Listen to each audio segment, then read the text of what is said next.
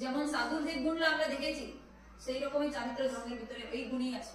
পাঁচটা মহাভারত চারিত্র জীবন, পাঁচটি ইন্দ্রিয়কে বশ করা সেটা চারিত্র জীবন, চার রকমের কসাইকে ত্যাগ করা আর এবং মন বচন আর কায়াকে বশ করা বলে পাঁচ মহাভারত আছে। তার ফলে বলে ক্ষমা আদি 10 রকমের ধর্মের পালন করে। সাধু যদি ভুল করে তাহলে ক্ষমা খুঁজবে, সাধু যদি অহংকার করে তাহলে সরলতা করতে হবে, ছল কপট করা চলবে না, সহজতা ধর্মের পালন করতে হবে, নির্লোভতা রাখতে হবে, মানে লোভ করা চলবে না সাধু।